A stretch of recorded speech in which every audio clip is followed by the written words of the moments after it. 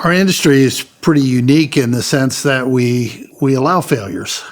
Bridges and buildings, you don't allow failures, but utility structures, for some reason, we do allow failures. And we learn from all of those in some form or fashion. You don't want them to happen, but you do tolerate them. You design to a certain load, a certain expected wind load, or a certain expected ice load.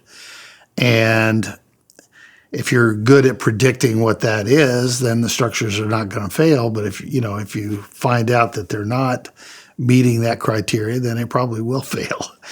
And what you don't want to have happen is it fail because of some reason not related to the design. And I think that's what we get more interest out of than looking at something failed because it just exceeded its wind loading or ice loading, but looking at the things that cause a premature failure, corrosion or weld cracking or fatigue that causes weld cracking or any of those kinds of things.